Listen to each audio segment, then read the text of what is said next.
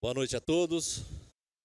Esta audiência pública está sendo transmitida ao vivo pela TV Câmara, nos canais 12.2 UHF e 4 da NET, bem como pela internet no site, Facebook e canal da Câmara no YouTube. Em conformidade com o artigo 48, parágrafo 1 da Lei de Responsabilidade Fiscal, esta audiência é destinada à exposição e debate sobre a matéria orçamentária constante da pauta convite a saber. 30ª audiência pública da 18ª legislatura, em 30 de outubro de 2024. Item único, projeto de lei 14.470, do prefeito municipal, que fixa o orçamento público para o exercício de 2025. O projeto de lei está disponível na íntegra em nosso site. Agradecemos a presença dos gestores, diretores e servidores do Executivo Municipal, bem como todos os munícipes aqui presentes. Solicito aos senhores vereadores e demais autoridades presentes a tomarem seus lugares. O item apresentado será objeto exclusivo do debate. De início fará uso da palavra o gestor de Governo e Finanças, Jones Henrique Martins.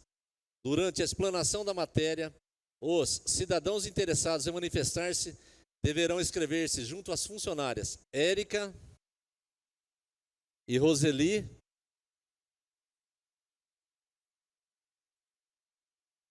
a quem peço que se identifiquem. Saliento que a participação popular deve se ater ao tema da audiência pública. Não serão respondidas manifestações que tratem de matéria estranha à pauta da audiência. As inscrições se encerram às 19h30. Portanto, peço que as pessoas presentes que queiram usar a palavra se atentem ao horário de encerramento das inscrições. Os inscritos poderão fazer uso da palavra por até 5 minutos. Em seguida, a palavra será aberta aos vereadores interessados para suas colocações e questionamentos. Afinal, novamente, a palavra será dada ao gestor, que fará suas considerações finais. Quero agradecer aqui, registrar a presença do vereador Cristiano Lopes. Passo nesse momento a palavra ao gestor Jones Martins. Boa noite a todos, boa noite a todas. Presidente, lhe peço licença, vou fazer ali do púlpito.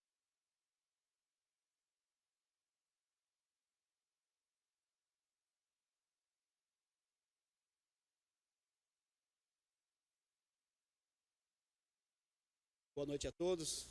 É um prazer estar aqui nessa casa novamente. Quero cumprimentar o presidente Antônio Carlos Albino, o diretor de orçamento Luiz Fernando Boscolo, agradeço a presença. Também cumprimentar o vereador Cristiano Lopes pela sua presença e contribuições. E também cumprimentar, eu estou vendo aqui alguns vereadores eleitos, né? Eu vejo ali a Carla Basílio, um prazer ter você aqui. Minha amiga Mariana Janeiro. Também estou vendo lá em cima o Henrique Parra e também Leandro Basson. Espero não ter esquecido de ninguém aí. Se eu esqueci, por favor, se manifeste, mas quero cumprimentar todos os vereadores eleitos. Sempre fui muito bem recebido nessa casa, seja pelos eleitos e pelos atuais, e também cumprimentar todos os nossos gestores da administração do prefeito Luiz Fernando Machado, que estão aqui presentes nessa noite. Bom, pode passar, por favor, Diego. Hoje nós vamos fazer a apresentação do projeto de lei do orçamento anual referente ao ano de 2025. Esse primeiro slide exemplifica bem como funciona o sistema de planejamento orçamentário brasileiro, né? No primeiro ano de mandato do Executivo é feito, então, um plano plurianual, assim como a LDO e as LOAs. Então, tivemos ali a LDO de 22, 23, agora em 24 fizemos a LDO no começo do ano, agora, né, no final do ano, a LOA, né? E para o ano seguinte, então, ali naquele grifado, LOA 2025, e a LDO 2025, que vai ser no ano que vem. Então, aqui nós deixamos então um orçamento que não é fechado, né? Nós estamos deixando ali uma previsão para 2025, que é plenamente possível de alterações no ano vindouro. E também cumprimentar aqui que chegou o vereador Ed Carlos Vieira. Boa noite, Ed. Tudo bem? Então, que esse orçamento não é fechado, é uma previsão orçamentária para 2025, tá certo? Pode passar. Vou começar mostrando, gente, eu vou só para... pode passar mais um, Diego? Complementar aqui. Como que vai funcionar a nossa audiência? Vou fazer uma apresentação dividindo aqui com o Bosco, eu vou trazer alguns dados macroeconômicos, explicando alguns dos desafios orçamentários para 2025, que o próximo governo, os próximos governos do Brasil todo, dos 5.570 municípios, terão que avaliar para olhar para suas finanças. Esse slide exemplifica bem aí a questão econômica. O governo Federal anuncia bloqueio e contingenciamento de 15 bilhões no orçamento. Isso aí é referente a aumento de despesa e queda de arrecadação também no governo federal. Cortes orçamentários devem impactar a discussão sobre despesas de 25. São recortes de matérias de jornais recentes, com as fontes todas descritas embaixo. O governo deve receber 10 bilhões do BNDES para ajudar a fechar contas. O governo vai congelar outros 15 bi ali em despesas para cumprir arcabouço em 2024. Anuncia, né, o governo. Pode passar, por favor. A economia brasileira piorou para 36% da população. O orçamento corta 84% do auxílio gás em 2025 e financiamento será alterado. O quadro das contas públicas piora e dificulta o crescimento da economia, alertam economistas. Rombo fiscal atinge 1,128 trilhões, aí bate recorde histórico. Então tem mais algumas matérias que nós trouxemos, pode passar, por favor. Dívida pública avança, né? Em julho atinge mais de 7 trilhões, resultado vem pior que o esperado em julho, a dívida então representa já ali um número importante do PIB, 78%. Então são recortes de jornais aí de grande circulação que demonstra, pessoal, que a economia não está indo tão bem quanto pode parecer, né? Então tem desafios importantes no governo federal, no governo estadual, que já mostrou também um certo contingenciamento das suas despesas, e tudo isso impacta nos municípios, inclusive Jundiaí. Jundiaí é uma cidade que tem uma receita importante, né? Mais de 4 bilhões, mas também tem desafios importantes, a despesa é alta, então vai muito ao encontro do que acontece em âmbito nacional. Quando tem uma queda de arrecadação, como a gente teve do ICMS, principalmente no final do ano passado, começo de 2024, uma queda aí que representa mais ou menos 300 milhões de reais, o que influencia, né, evidentemente, nas contas públicas do nosso município, devido a muito da questão econômica do país. Pode passar, por favor? Aqui alguns dados atualizados em relação ao PIB. O PIB teve uma certa alta ali de 3,3% em relação ao mesmo trimestre do ano passado, e já tem uma alta ali em relação aos 4 trimestres, né, que é de 2,5%. Já a inflação avançou, né, a previsão aqui seguida passando de 4,22 para 4,25, ou seja, isso influencia no poder de compra do brasileiro e aumento de preços. Desemprego, taxa de desemprego no Brasil, ele teve uma queda, né? A gente falou em audiências públicas anteriores, essa questão do desemprego que vinha melhorando, mas mesmo assim, o desemprego ainda no Brasil chega a quase 7 milhões e meio de pessoas. É um desafio muito grande a nível nacional. A taxa de juros, que no dia que a gente fez a audiência pública do Executivo, foi naquele mesmo dia, né, Fernando está ali também, o nosso time, fechou a taxa Selic, né, que se reuniu ali o cupom, esse dado atualizado também fechou em 10,5%, conforme lá o Comitê de Política Monetária do Banco Central, o que também representa uma dificuldade fiscal e na questão da taxa de juros, que também aumenta a dificuldade do brasileiro poder fazer suas compras e por aí vai. Mas eu quero trazer um ponto, além dessa questão econômica, que é muito impactante. Pode passar, por favor, Diego? Um assunto que já vem influenciando na vida de todos nós brasileiros. Todos nós que vivemos em cidades já estamos sofrendo aqui com a questão dos efeitos climáticos para os próximos anos. E eu trouxe alguns dados interessantes de efeitos climáticos sobre a economia. À medida que esses problemas climáticos vão ocorrendo, e tem ocorrido cada vez mais, você tem percebido aí, são chuvas recorrentes, ou um extremo calor, ou de repente fica frio, então tudo isso é impacto das mudanças climáticas no mundo, no planeta todo, né? Mas o Brasil não fica de fora. Começando aqui pelo lado direito, na parte superior, energia mais cara. No final de agosto, o Ministério de Minas e Energia retomou a cobrança da bandeira vermelha, representando um aumento de 7,87 a 100 kWh. Isso impacta diretamente na vida do brasileiro. Queda da produtividade agrícola. Incêndios florestais causam um prejuízo de 1,1 bilhão aos municípios brasileiros anualmente. Lá embaixo, doenças respiratórias, gente, e cardiovasculares e até renais aumentarão no Brasil pelo aumento de 1,5 grau, né, a 4 graus na temperatura até o final do século, ou seja, mais pessoas doentes, mais pessoas precisando de uso da saúde pública das cidades, que aumenta evidentemente as despesas, afinal você tem que construir mais equipamentos, contratar mais médicos, mais enfermeiros e por aí vai. Lá em cima, no canto de lá, o Banco Mundial calculou que até 2050 haverá pelo menos 216 milhões de refugiados climáticos, olha só. Dados da ONU estimam que entre 2000 e 2019, 2000 e 2019, 489 mil mortes por ano foram causadas pelo calor. Tá? Dados aqui também, todas as fontes, pessoal, vai estar disponível, evidentemente, esse material já está, na verdade, lá no nosso portal da transparência, as fontes estão todas ali embaixo. Taxas anuais de inflação de alimentos pode subir até 3,2 pontos percentuais por ano dentro da próxima década.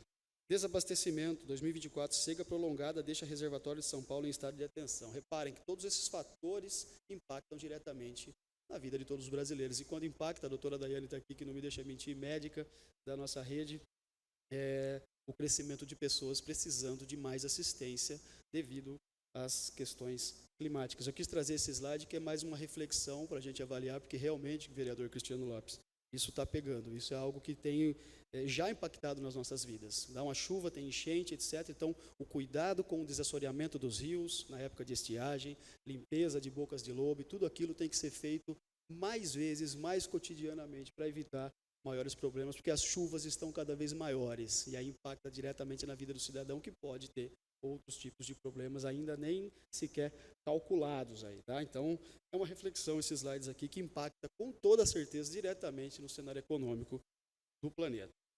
Vamos seguir, por favor? Aqui eu trago alguns dados atualizados da cidade de Jundiaí. Esse é um slide que a gente busca sempre estar utilizando. Vamos começar de cá, aquele amarelinho lá em cima. Todos os indicadores que a gente faz a análise na prefeitura são conectados diretamente com os 17 ODS da ONU, todos eles também estão lá no nosso observatório, que agora voltou ao ar após o período eleitoral.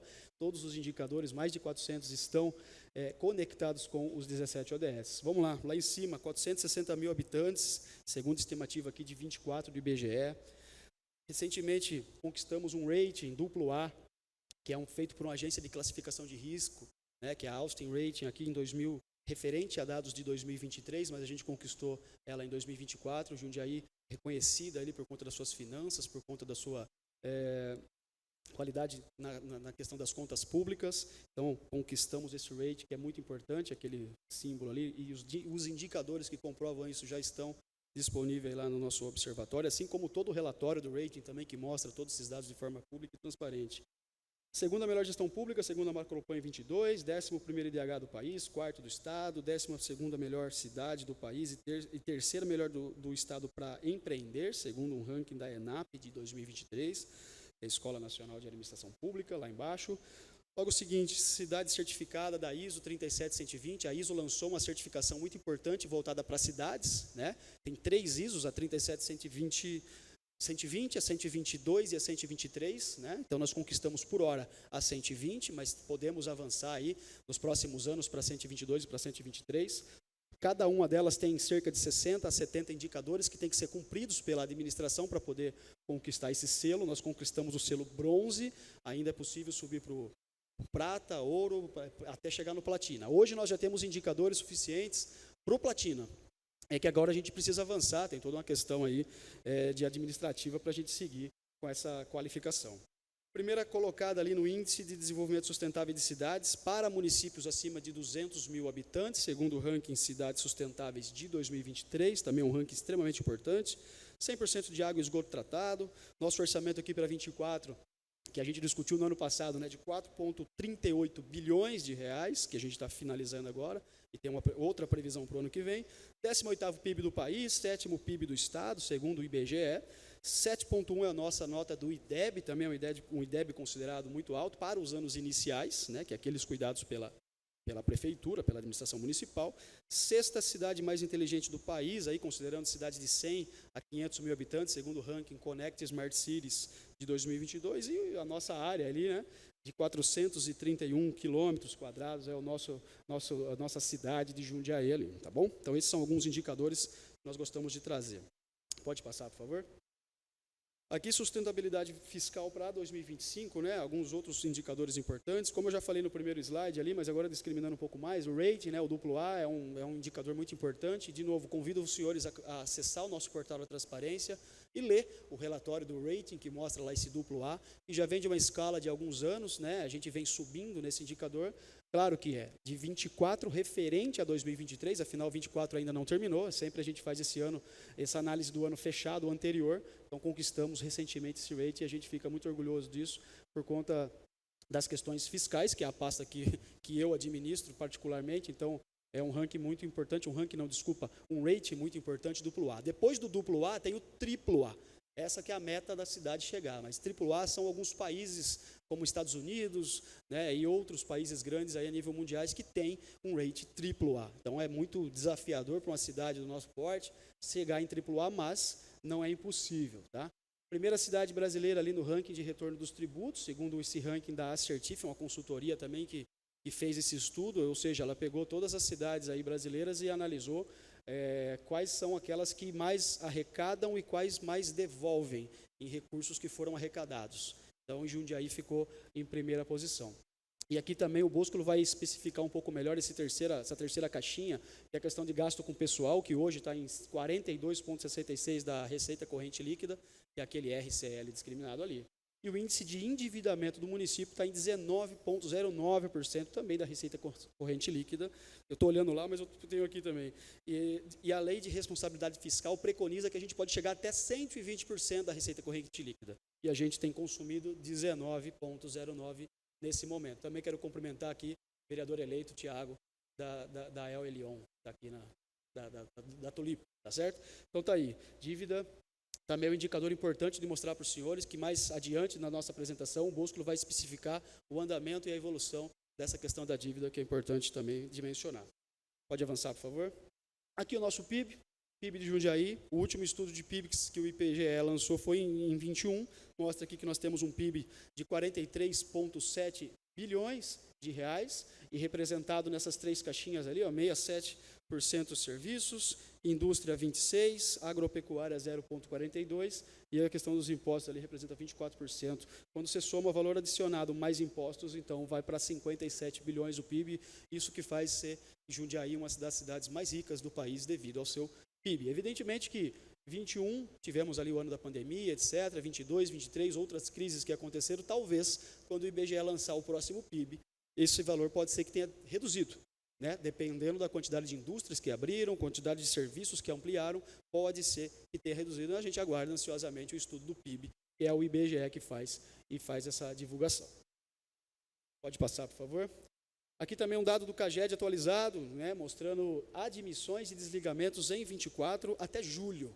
Tá certo? Esse dado aqui é até julho, então temos lá admissões 10,107 mil, desligamentos 8.521 e tem um saldo de 1.586 empregos gerados. Mostra naquelas barrinhas embaixo ali, são muito interessantes, tá?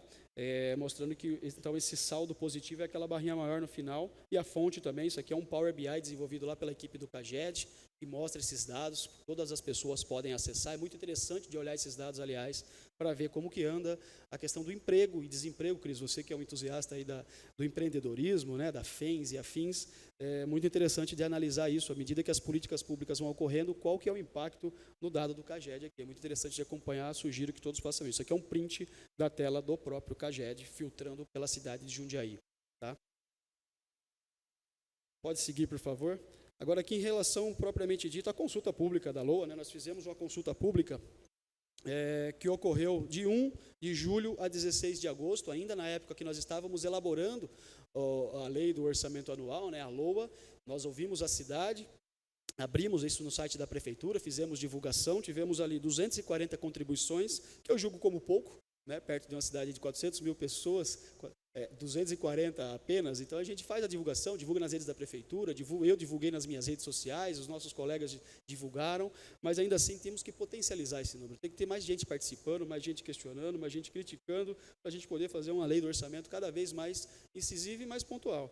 E embaixo tem os bairros, né, que estão essas 240 pessoas, que na hora que tinha que preencher, tinha ali um pedido que era de preencher os bairros, tem um mapinha lá também que mostram aquelas bolinhas vermelhas, onde cada grupo de pessoas estão, separado por região, e o QR Code, que também está disponível lá, óbvio, nessa nossa apresentação lá no portal da transparência, dá acesso à consulta pública completa, né? Que vocês podem analisar quais foram as respostas, quais são os temas mais ditos, quais são as necessidades maiores, vamos dizer assim, da cidade. Pode avançar, por favor, Diego? Tem uma tela interessante, nós fizemos uma nuvem de palavras também, que mostra que segurança foi a palavra mais dita pelos cidadãos aí na nossa consulta pública. Então, tinha um campo lá para você escrever, né, qual que era a sua principal necessidade, que a gente queria saber onde o cidadão gostaria que a gente investisse mais o recurso público em 25. Em resumo, é isso a consulta pública.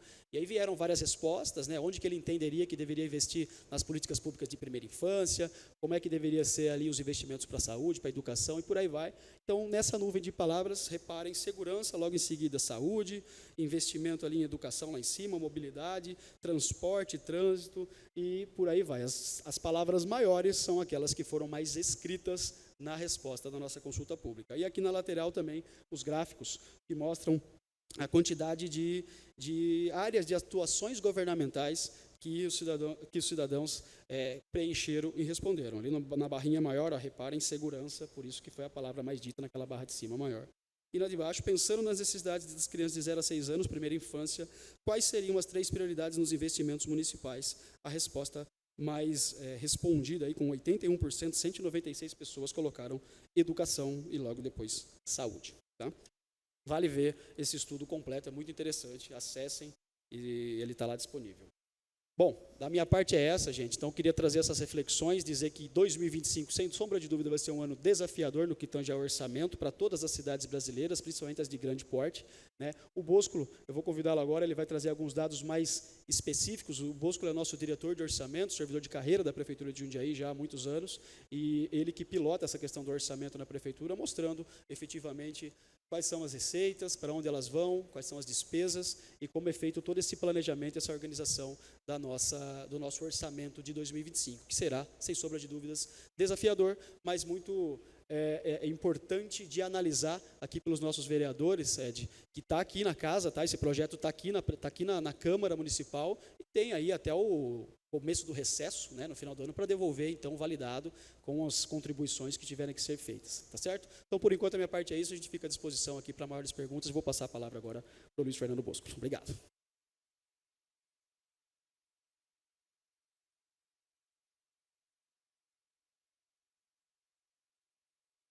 Boa noite, presidente, senhores vereadores, os vereadores eleitos que estão aqui nessa casa, nossos munícipes que estão presentes e todos aqueles que estão nos acompanhando aí pela internet.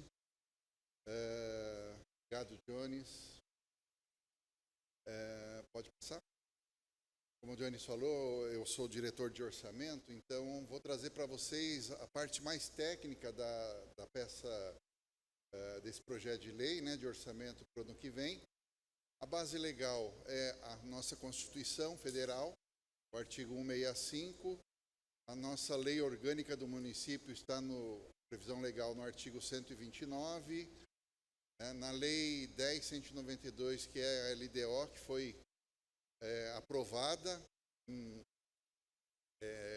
julho desse ano, né? A LDO é a Lei de Diretrizes Orçamentárias, vocês viram lá naquele slide que falava das peças de planejamento.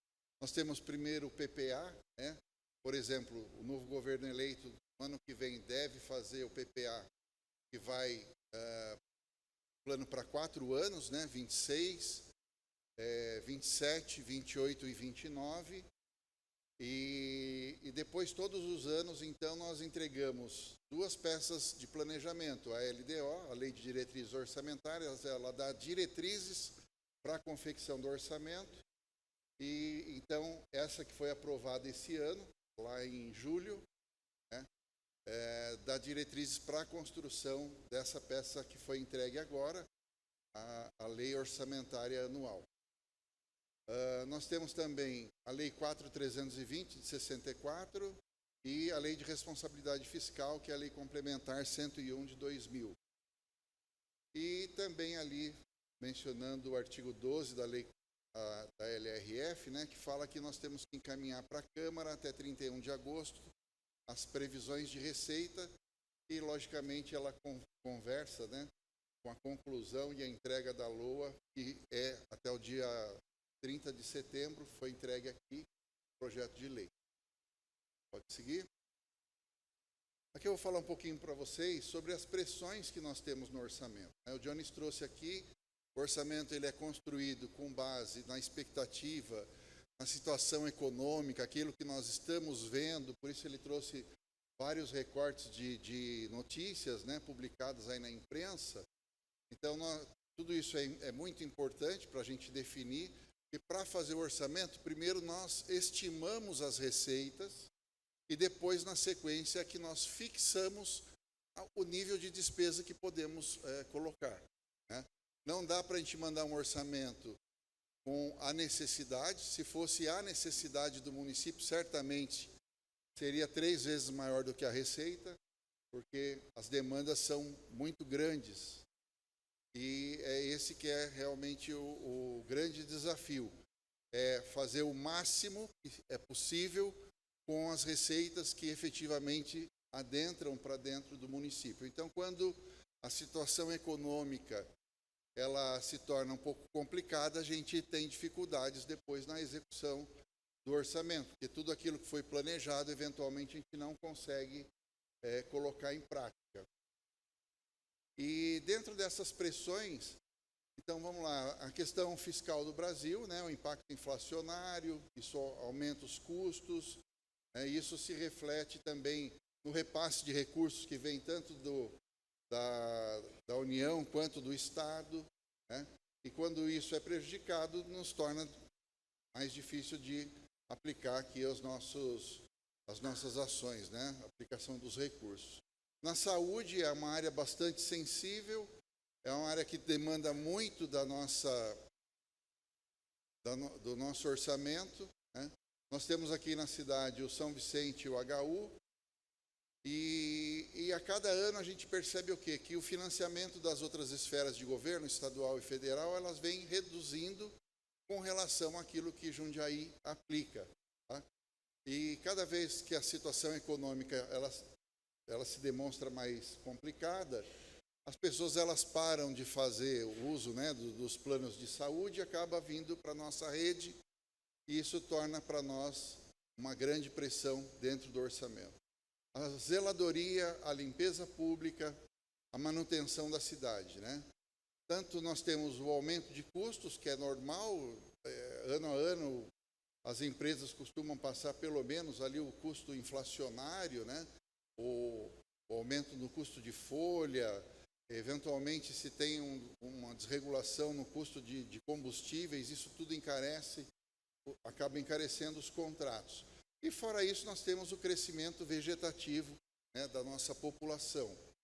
Muitas pessoas, além daqueles que são os jundiaienses que nascem aqui, nós temos também as pessoas que acabam vindo para trabalhar nas empresas que nós temos, e aquele que acaba chegando, vem trabalhar, mora em cidades vizinhas, ele acaba tentando se fixar em Jundiaí porque é uma excelente cidade, né? Mas isso traz para nós pressão para dentro do orçamento, é mais gente, mais serviço para prestar. Na educação é crescente, além de ter essa questão do crescimento vegetativo, né, dessas pessoas que vão migrando para dentro de Jundiaí, nós também temos a questão da judicialização, ou seja, a educação é um direito natural, né, e as pessoas acabam entrando, judicializando para vagas de creche, por exemplo, onde nós somos obrigados, mesmo que não tendo recurso, a gente tem que se virar nos 30, como a gente diz, né, para poder fornecer aquilo que o judiciário diz que nós temos que fornecer. Então, é uma grande pressão. Pode passar? Na mobilidade e transporte, nós temos a questão do subsídio, né? Hoje, o custo de transportado, ele acho que beira R$9, se não me engano, e as nossas passagens, elas estão num valor bem abaixo, né?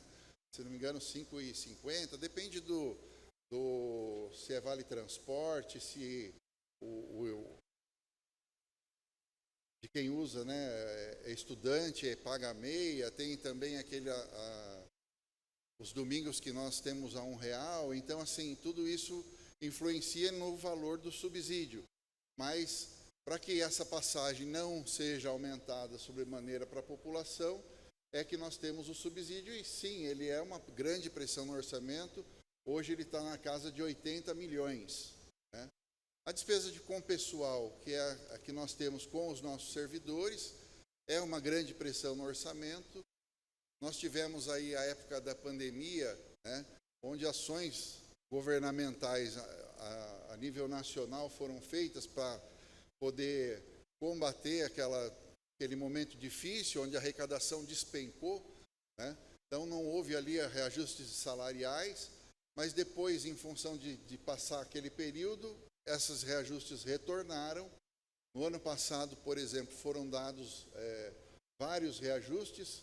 Esse ano, inclusive, alguns derivados da aprovação de lei que fez aquela compensação no ano passado.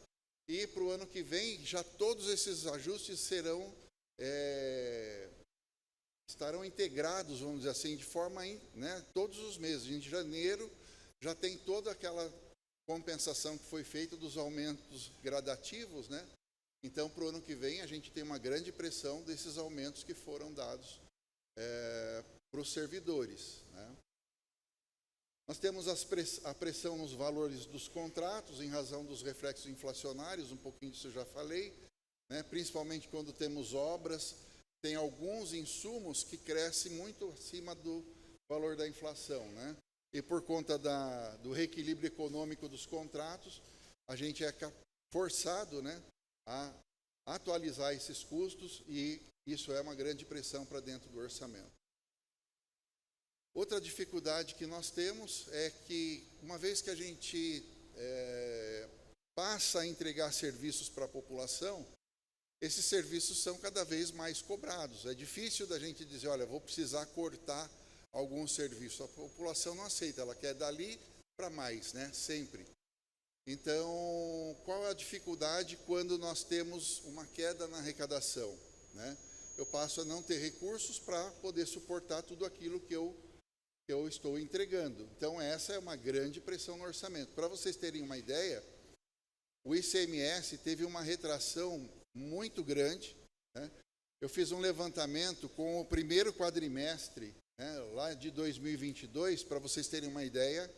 O ICMS ele participou lá no primeiro quadrimestre com 32% de toda a arrecadação ali daquele quadrimestre.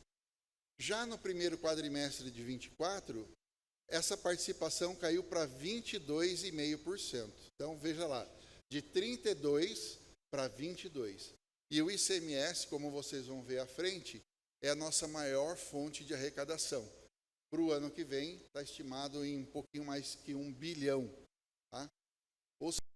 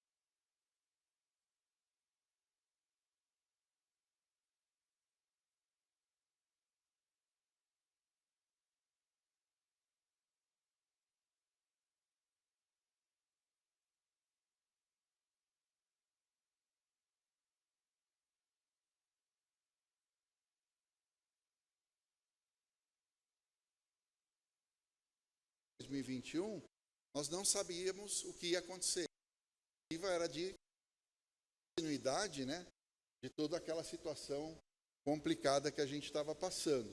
Então, o orçamento ele foi entregue, olha lá, do mesmo, um pouquinho abaixo até, do mesmo tamanho de 2020. Esperava-se, sim, uma melhora, né, porque em 2020, na verdade, a gente não arrecadou aqueles 2,59 bilhões, e de pelo menos que essa melhora atingisse o patamar esperado lá em 2020. Para nossa, graças a Deus, né, depois do primeiro quadrimestre de 2021, a situação econômica já começou a melhorar, com a abertura dos comércios, o funcionamento da economia em geral, né? E em 2021 nós experimentamos um excesso de arrecadação, o que propiciou para que em 2022 nós tivéssemos aquela expectativa de crescer lá 400 milhões no orçamento, né? Bom, então de 2021 para 2022 a expectativa de crescimento foi de 17%. Em 22 nós também tivemos um grande excesso de arrecadação. A arrecadação de 2022 chegou, para vocês terem uma ideia, ali em setembro, em outubro, né, com uma arrecadação, 14% de excesso de arrecadação, ou seja, além daquele valor que a gente, de 3 bilhões, nós tínhamos lá mais de 300 milhões a mais na arrecadação. O que propiciou nós fazermos uma expectativa para 2023 com aquele crescimento de 25,6%. Né? Então, além dos 17%, nós tínhamos 14% de excesso, que dá mais de 30% de crescimento em relação a 2021. Pois bem, 2023 não aconteceu aquilo que nós esperávamos. Nós tivemos uma forte frustração em 2023, mas quando a gente começa a fazer o orçamento, né, já lá a partir de junho, a gente já começa a fazer o orçamento, a gente imaginava que essa questão ia ser resolvida, né? O Brasil é muito assim, houve uma mudança política grande, isso trouxe alguns reflexos, mas a expectativa era de que isso melhorasse, houvesse ali uma estabilização, e a previsão de crescimento para 2024 foi na casa ali dos 16%. Infelizmente, não aconteceu, né?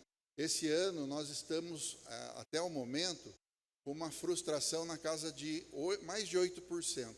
Tá? Isso dá pouco menos de 400 milhões. Tá? Mas é bastante. É quase, né, o orçamento de 4,39 bilhões é expressivo. Então, para o ano que vem, não houve mais a possibilidade de manter, né, essa expectativa de que as coisas pudessem melhorar. 2023 não aconteceu. 2024 também não aconteceu. E aí nós tivemos que fazer ali um ajuste. O orçamento do ano que vem, a expectativa é de queda de 100 milhões em relação ao orçamento desse ano. Tá? E ele atinge, se a gente olhar ali, porque eu tenho no orçamento as receitas correntes, que é a torrinha azul, daqui a pouco explico um pouquinho mais, as receitas de capital e as receitas intra-orçamentárias. As que efetivamente nós utilizamos, né, para suportar as despesas do município são as correntes, que eu posso aplicar tanto nas despesas como em investimentos, e as de capital são receitas que vêm exclusivamente para aplicação em investimentos. As intra-orçamentárias, elas são receitas que vêm de dentro das despesas nossas municipais com o Instituto de Previdência. Então, tudo aquilo que é arrecadado dentro do município, que vai da parte patronal, né, e de déficit técnico, que vai para o IPREJUM, ele entra dentro da despesa intra-orçamentária, e quando ele entra lá no IPREJUM como receita, ele é uma receita intra-orçamentária. Tá? Então, a mensagem que eu queria passar, e daqui para frente é importante que vocês gravem essa informação, desse ano para o ano que vem, há aí uma pequena redução, e ela atinge principalmente as receitas correntes. Tá? Pode passar? Aqui, no slide anterior, a variação que nós tínhamos era nominal, ou seja, o valor do orçamento. Se vocês forem lá no portal da transparência e abrir lá as peças orçamentárias, vocês vão ver exatamente aqueles valores que eu mostrei no gráfico anterior. Nesse aqui, a gente faz o seguinte, a gente atualiza aqueles orçamentos passados com o efeito inflacionário que ocorreu, né, nos períodos e com a expectativa da inflação que vem para o ano que vem. Então, nós fixamos no orçamento do ano que vem e a gente vem atualizando com a inflação pelo IPCA, né, nos anos anteriores, e ali a gente vê quanto foi a variação dos orçamentos de ano para ano, e a gente vê que, desconsiderando, ou melhor, considerando, né, o efeito inflacionário, o orçamento está caindo ali quase 300 milhões e não 100 milhões. Tá? Pode passar? Bom, aqui é a composição daqueles grupos de receita, né, as receitas correntes, ela tem ali aquela composição com impostos, né, taxas, contribuições de melhoria, contribuições, receitas patronais, receitas de serviços, transferências correntes. As transferências correntes é o maior grupo nosso de arrecadação, porque dentro dele contempla ali o ICMS, né, 40% esse grupo. O segundo grupo maior é o de impostos, taxas e contribuições, 33,82%. Então, esse grupo de receitas correntes, quase 87% das receitas totais, 4% receitas de capital, que são receitas que vêm lá. Dentro desse grupo, o principal valor é o de operações de crédito, ou seja, totalmente destinados aos investimentos dentro do município. E o total, então, da previsão do orçamento, R$ 4.285.826.500. Pode passar? Aqui, graficamente, essa distribuição. Tá? A gente vê nitidamente ali os dois maiores grupos, transferências correntes e o de impostos, taxas e contribuições de melhoria. Pode passar.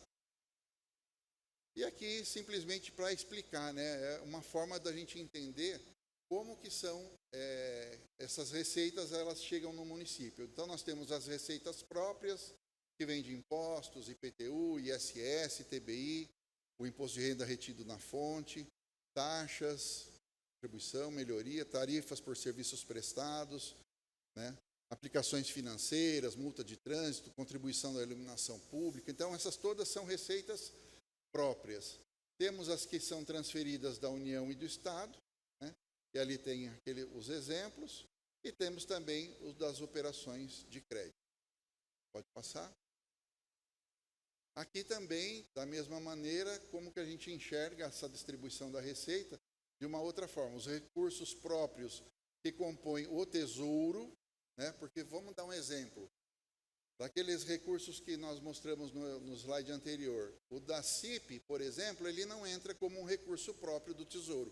Ele tem uma fonte específica porque ele tem uma destinação específica. Nós temos o Fundo de Trânsito, é um recurso que entra aqui no município, mas ele não é um recurso do Tesouro. Tá? Ele também é uma fonte específica porque ele tem uma destinação específica. Nós temos as transferências fundo a fundo, né, os recursos do Tesouro, 61,46%, as transferências fundo a fundo, 13,70%, convênios, né, tanto para investimentos como para prestação de alguns serviços, 53 milhões, 1,24%, recursos exclusivos das autarquias, só para vocês entenderem o que é isso, por exemplo, na FUMAS, nós temos ali, né, serviços de funerários, né, então ali é cobrado um valor, ele compõe esse valor exclusivo das autarquias, recebido ali nas autarquias. As anuidades, né, as mensalidades dos alunos que nós temos na Faculdade de Medicina, por exemplo, na ESEF, entra nesses recursos. Tá? As operações de crédito, que são os recursos feitos destinados aos investimentos, como a gente mencionou, e parcerias e outros, 1% do orçamento, totalizando os mesmos 4.285.000.000. Pode passar? E aqui, para vocês terem uma ideia, nós selecionamos as maiores receitas. Nós temos lá o ICMS com 1 bilhão, essa é a expectativa para o ano que vem, e 24,6%. Deixa eu pegar aqui que vai ficar mais fácil, daqui está difícil de enxergar. Olha, a participação do ICMS no total das receitas, 24,6%. Depois nós temos o ISS, com previsão de 595 milhões, representando quase 14%, 13,9%. Transferências de recursos do Fundeb, 262 milhões, com 6%. o IPTU com 257 milhões, com 6%, e depois tem as outras ali, as maiores, eu não vou ficar explicando aqui. Essa apresentação que nós estamos fazendo para vocês já está hoje colocada no nosso portal da transparência, então se eventualmente alguém precisar, pode do celular aí acionar lá, né, o portal da transparência, lá na parte de financeiro, orçamentos e contas, vai ter lá todas as nossas peças de planejamento, tem aí a LOA, né, e já tem essa apresentação colocada lá. Pode passar. Aqui também a sequência dessas maiores, depois certamente temos muitas outras receitas, né, que vai compor o valor total lá do orçamento de receita. Pode passar. E aí, então, feita essa parte da estimativa, nós entramos o quê? Na fixação da despesa. Tá?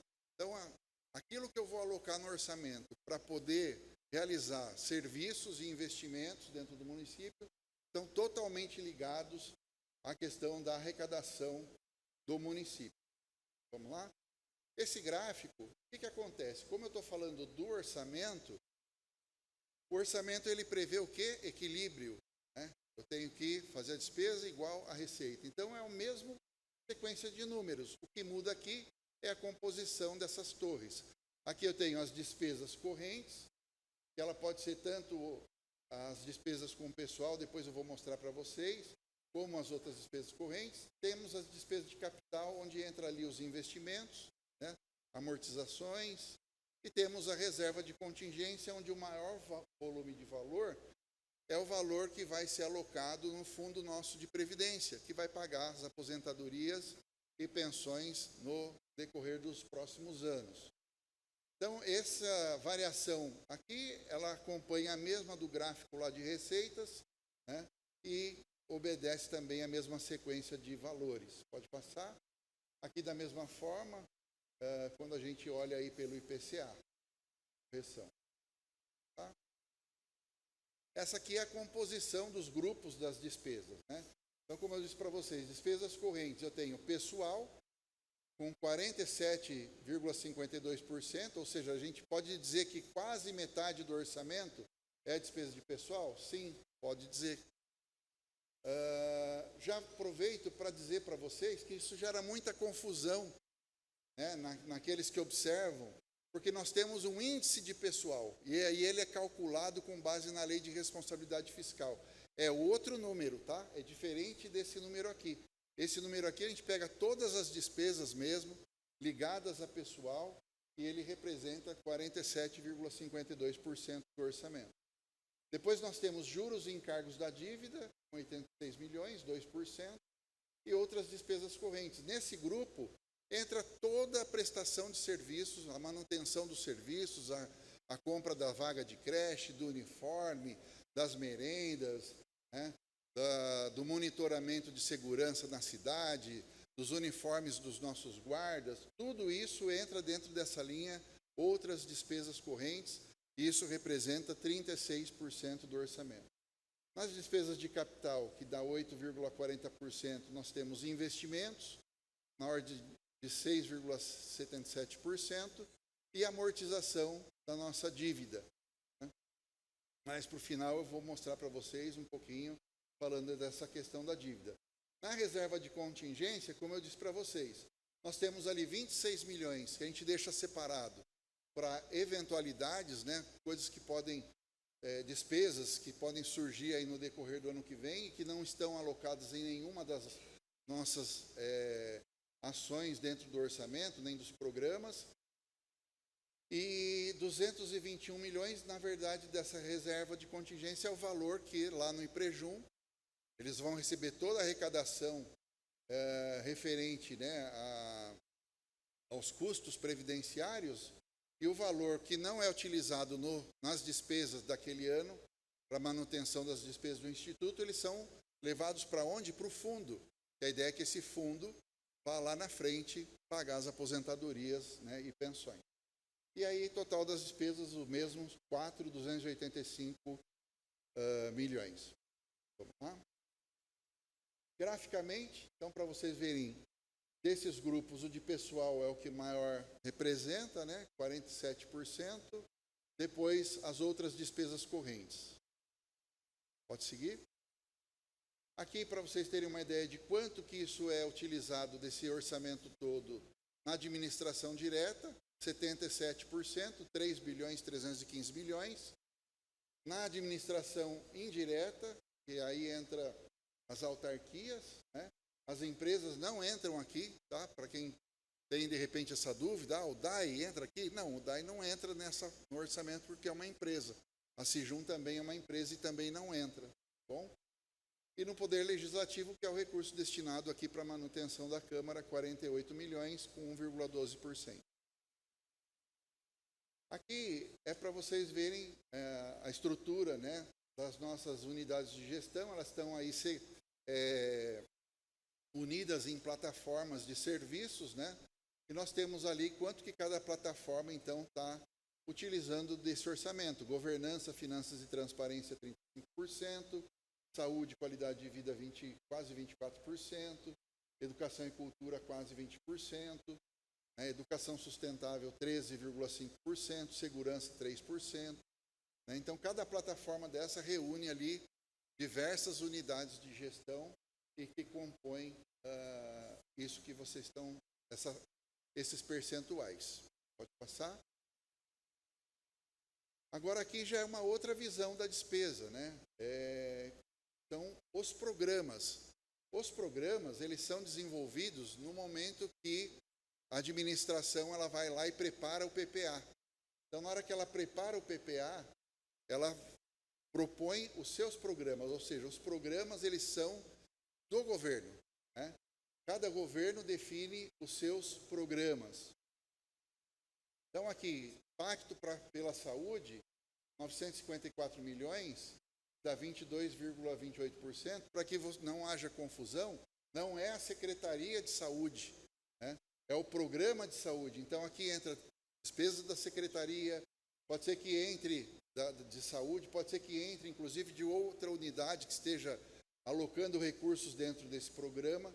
Aqui, por exemplo, tem grande parte recursos da ESEF, do próprio Faculdade de Medicina. Tá?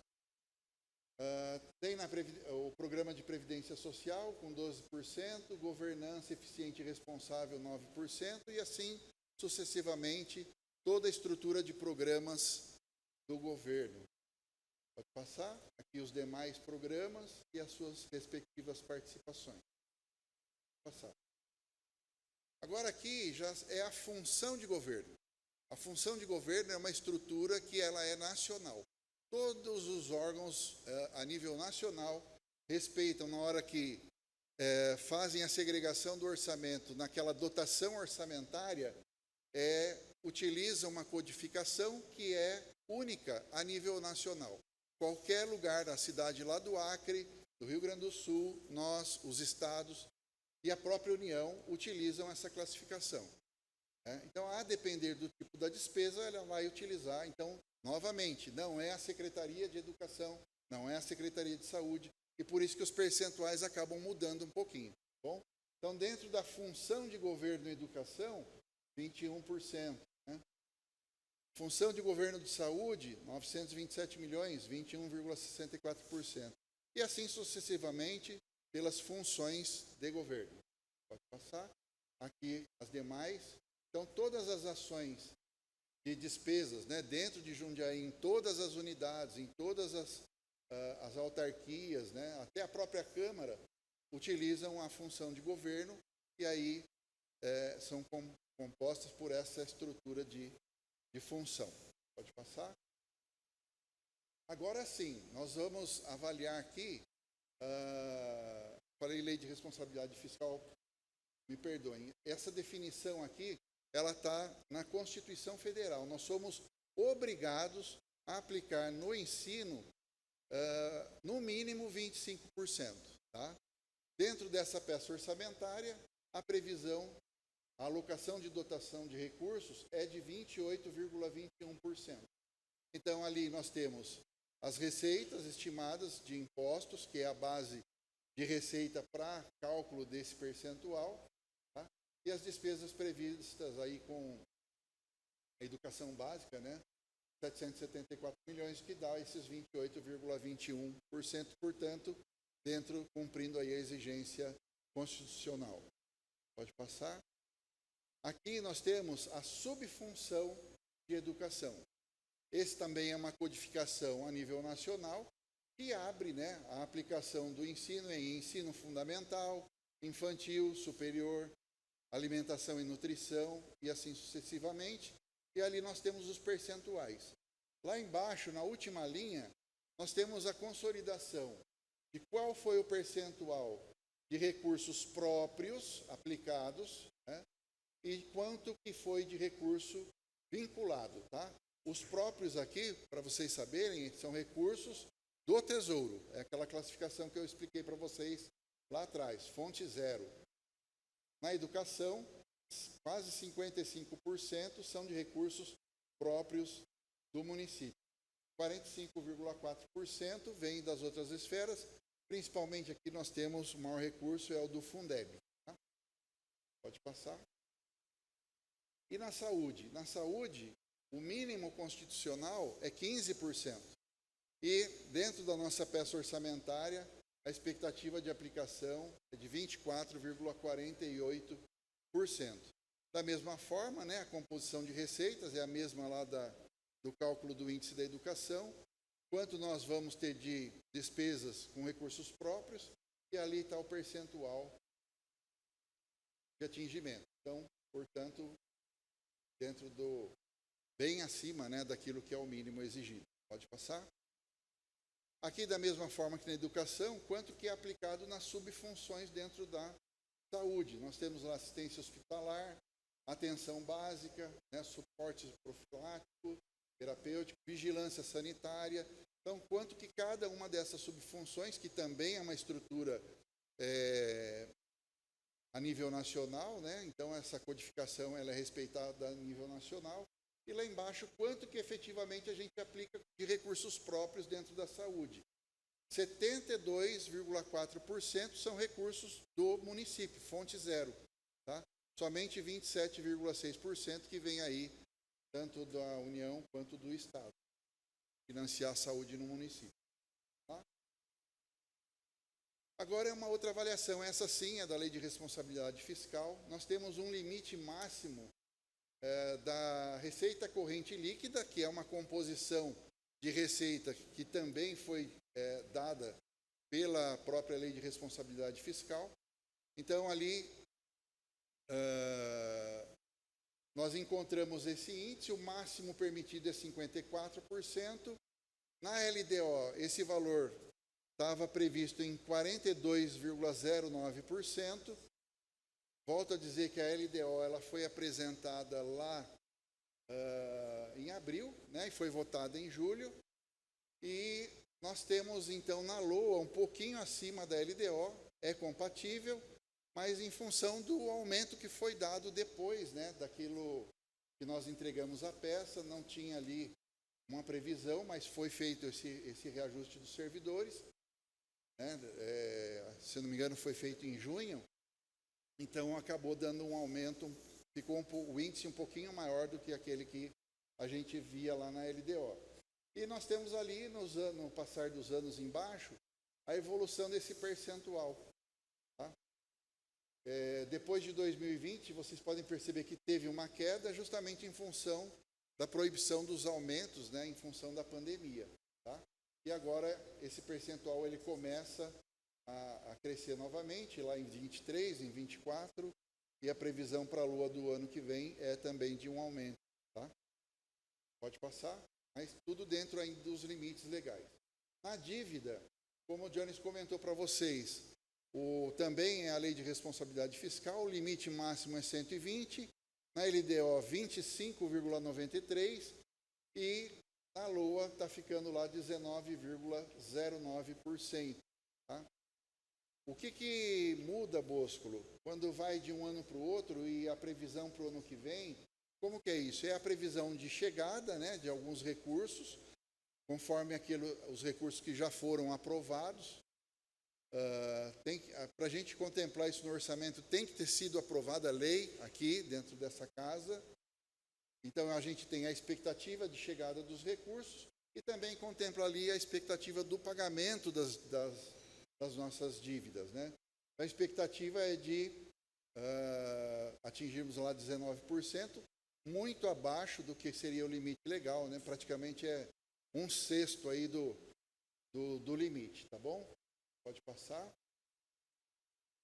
E aqui, quanto que nós prevemos de pagamento de amortização? O que é amortização? A maioria das pessoas não tem familiaridade, não entende muito bem. Quando a gente pega um recurso de empréstimo, eu vou lá e faço um investimento, né? Faço uma rua, faço lá uma galeria, faço uma ponte, faço uma escola. Então, eu pego esse recurso e ali eu já gasto. Só que depois eu vou pagando. Na hora que eu vou pagar, eu pago o principal e pago os juros daquela dívida. O principal é o que nós chamamos de amortização, tá? É o valor efetivo, como se eu somasse só o valor do principal, ia dar o mesmo valor que eu peguei lá no início. E os juros e os encargos, eles são calculados e colocados ali à parte, tá? Então, 44%, nós vamos pagar com a dívida 3,64% do valor do orçamento do ano que vem, dos quais 44% é de amortização e 55% é dos juros. Pode passar? Eu termino então aqui essa parte da explanação. Volto a dizer, essa audiência já está lá no portal da transparência, disponível, né, para os senhores, para aqueles que estão nos acompanhando pela internet, inclusive para poder, aqueles que desejarem, né, fazer uma comparação entre a evolução dos anos, como que foi a aplicação dos recursos, tem lá todos os projetos, a mensagem que é encaminhada para a Câmara junto com os projetos, tudo mais. Volto a palavra, senhores, volto à mesa. Obrigado. Parabéns, Bosco, aí pela explanação. Gostaria de registrar mais uma vez a presença do vereador Dica, vereador Ed Carlos, vereador Márcio Cabeleireiro, vereador Marcelo Gastaldo, vereador Cristiano Lopes, os vereadores eleitos para a legislação de 2025, Carla Basílio, Tiago Daelion, o Leandro Basson e a Mariana Janeiro também está lá em cima. Por isso, sejam sempre bem-vindos. Gostaria de passar a presidência agora ao vereador Cristiano Lopes.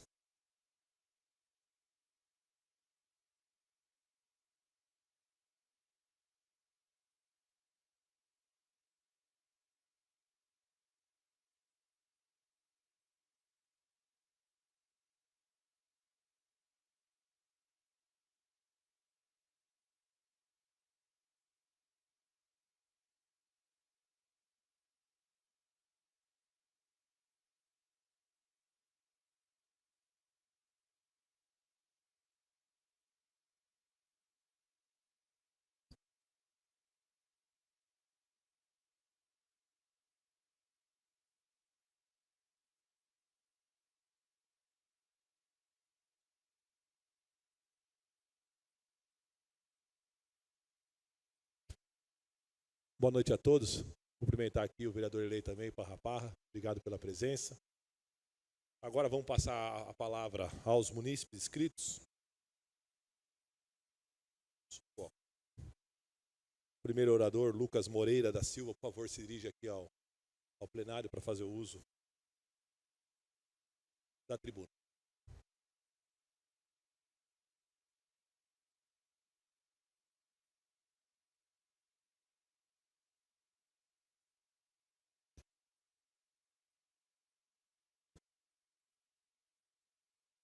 Bom, primeiramente, boa noite a todos. Eu sou o Lucas Moreira da Silva, estou como presidente do Conselho Municipal de Políticas Culturais e eu vim trazer, primeiro, eu vim me expressar dizendo que eu estou super aberto ao diálogo para desenvolvimento da cidade. Então, podem me procurar, se quiserem tratar, obviamente, do setor de artes e cultura na cidade, economia criativa e tudo mais. E eu vou trazer uma reflexão, né, para tentar trazer uma nova ótica. Talvez eu imagino que talvez nós estejamos sendo tradicionais demais em nossos investimentos e destinações de recursos.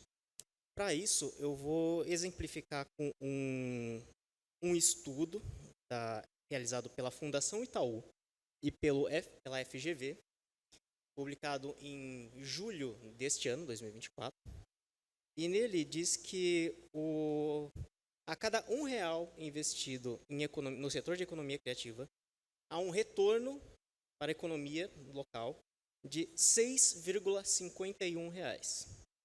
Quer dizer, será que todos esses cortes que nós estamos realizando no setor de cultura e artes são, na verdade, estamos abrindo mão de recursos rodando no nosso município? Então, talvez a resposta para aumentar o desenvolvimento e a arrecadação deste município seja exatamente destinar mais dinheiro ao setor de economia criativa, ao qual eu estou como representante deste setor pelo Conselho Municipal de Políticas Culturais. Em 2023, segundo este mesmo estudo, foram geradas 577 mil novas vagas de emprego. Isso foi utilizando o montante da Lei Paulo Gustavo. Tá? Pegando o próprio gancho da Lei Paulo Gustavo, aplicada aqui em Jundiaí, então eu vou trazer o exemplo prático do que está acontecendo neste momento. Ele veio do Fundo Setorial do Audiovisual, é uma verba federal, e estamos fazendo neste exato momento 2 longas-metragens, dezenas de curtas-metragens, espetáculos musicais, teatrais, publicações literárias, obras de artistas plásticos locais, dentre outras, através dessa verba dos editais da Lei Paulo Gustavo.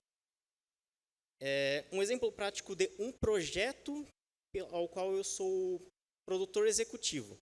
Com a verba de um projeto para um curta-metragem, eu paguei 19 profissionais diretamente. Eu paguei entre técnicos e elenco 19 profissionais diretamente. Além disso, para uma filmagem, as pessoas precisam comer. Então, eu destinei dinheiro a supermercados locais. As pessoas precisam se locomover a um set de filmagem. Ou seja, de onde vem o combustível? Postos de gasolinas locais. Eu loquei equipamentos de uma locadora de equipamentos audiovisuais locais.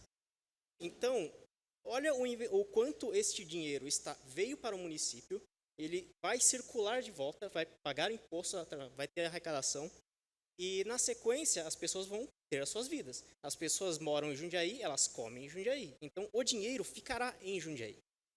Né? Isto posto, também, aí trazendo novamente, isso trazendo a verba federal. Graças às reivindicações da Câmara Setorial do Audiovisual, nós conseguimos que Jundiaí, provocamos a gestão, e nós teremos uma sala de cinema pública aqui em Jundiaí, construída no Espaço Expressa, que será inaugurada em novembro. Sabe qual é o grande problema? Nós tivemos cortes graças à frustração orçamentária, ou seja, estamos com a arrecadação baixa. Sabe qual foi o festival que foi cortada 100% da verba? O Festival de Curtas, ou seja, a gente está construindo uma sala e não está financiando o projeto que vai fazer circular as obras audiovisuais dentro da cidade. Vamos lá. Então, aí tem o PROESC. O PROESC é uma verba que foi destinada de 420 mil para esse edital. Divulgaram os contemplados no edital em junho. Sabe quanto dinheiro chegou ao bolso do produtor contemplado? R$0. Até agora não chegou 420 mil reais que estão parados. Não chegaram aos nossos produtores, aos nossos artistas, aos nossos técnicos. Eu considero que a gente não é, na verdade, que a gente está deixando de gastar 420 mil reais. Segundo o estudo, só para concluir, nós estamos deixando de arrecadar para a economia local 2.700.000. Agradeço imensamente pela atenção.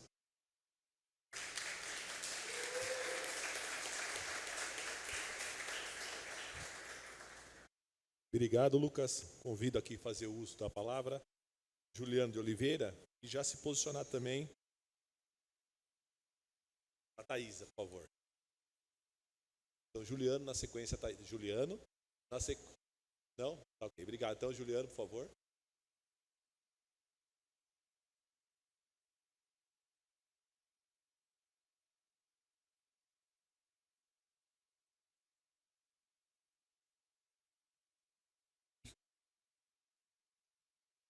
Boa noite, pessoal, tudo bem? Eu fiquei meio desapontado porque eu ia falar de cultura, ninguém presta muita atenção em cultura na nossa cidade, e o Lucas já veio e já falou de cultura. Cultura é um ponto muito específico, não só da nossa cidade, mas da gestão pública, porque é um orçamento que vai, e todo mundo acha que é um orçamento perdido. Se todos soubessem a capacidade que a cultura tem de mudar a possibilidade das pessoas na cidade, tanto saúde, educação, investiria-se muito mais. Quando a gente chega na audiência e vê que a gente vai ter redução de gasto de cultura, redução de gasto geral, não tem nem como a gente chorar, porque cultura já recebe tão pouco, e aí a gente vai ter uma redução de investimento, cultura vai receber menos ainda. Então eu queria deixar um apelo aos vereadores que vão continuar na casa, que tentem promover políticas de parcerias público-privadas, que tentem mais verbas que não venham só da prefeitura. São verbas que a gente consegue, por outras leis, a gente consegue propor outras leis, a gente consegue buscar essas verbas em outros lugares. A gente não tem um setor, nem no executivo, nem no legislativo, não tem uma pessoa que vá visitar as empresas e pedir essas verbas. A gente tem que bater na porta das empresas. As empresas pagam imposto, a gente pode fazer com que leis que façam que esse imposto seja subsidie ações culturais. E esse dinheiro investido, como o Lucas falou, volte para o supermercado, volte para a comida, volte para muitos lugares. Então, cultura é muito importante, é um instrumento de transformação, mas é muito pouco visto e muito pouco dedicado na nossa cidade. Então, eu quero deixar esse apelo aqui aos vereadores que vão entrar e ao executivo também que vai gerir a cidade na próxima gestão. Obrigado, gente.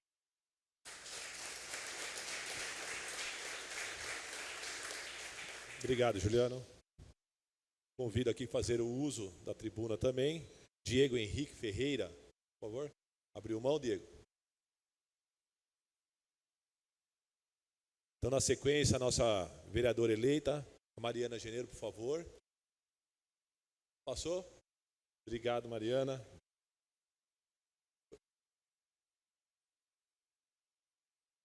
Você está querendo retomar o seu... Sim? Aqui é democracia.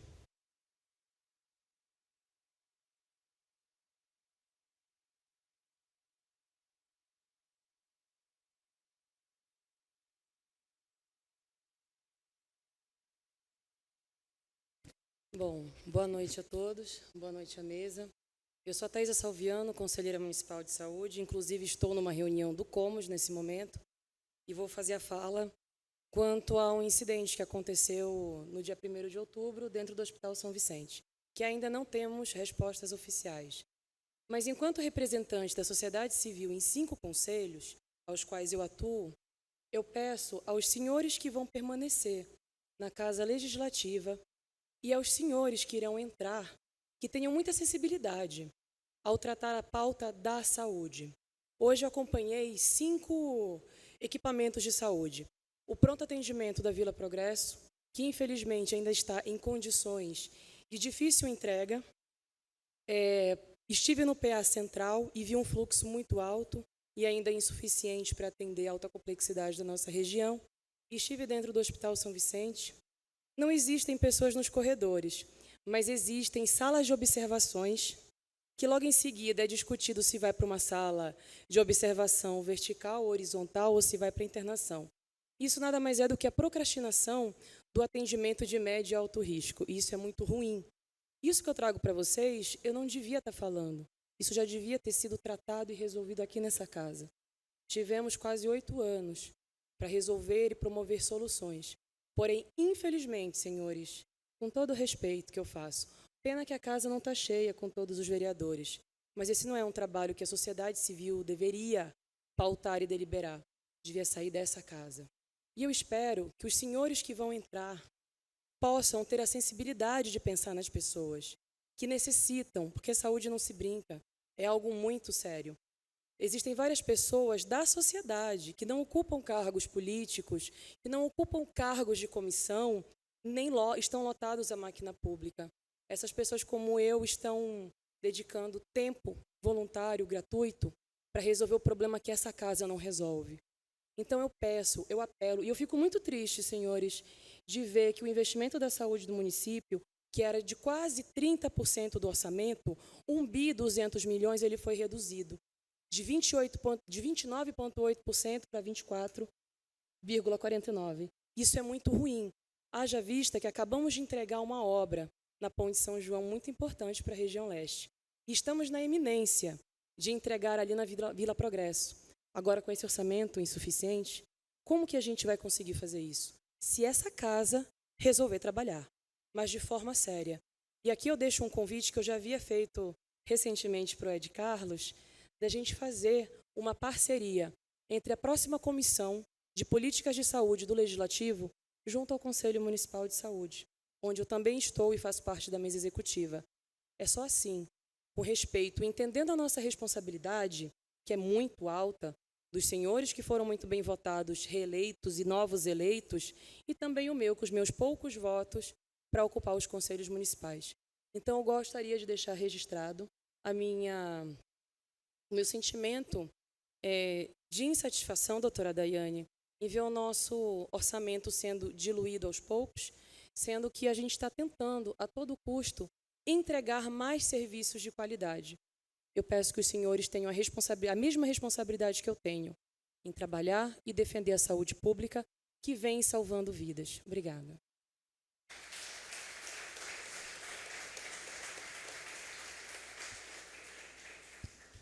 Agora eu faço o convite aqui para fazer o uso. Marisa Frazão. Marisa Frazão, por favor.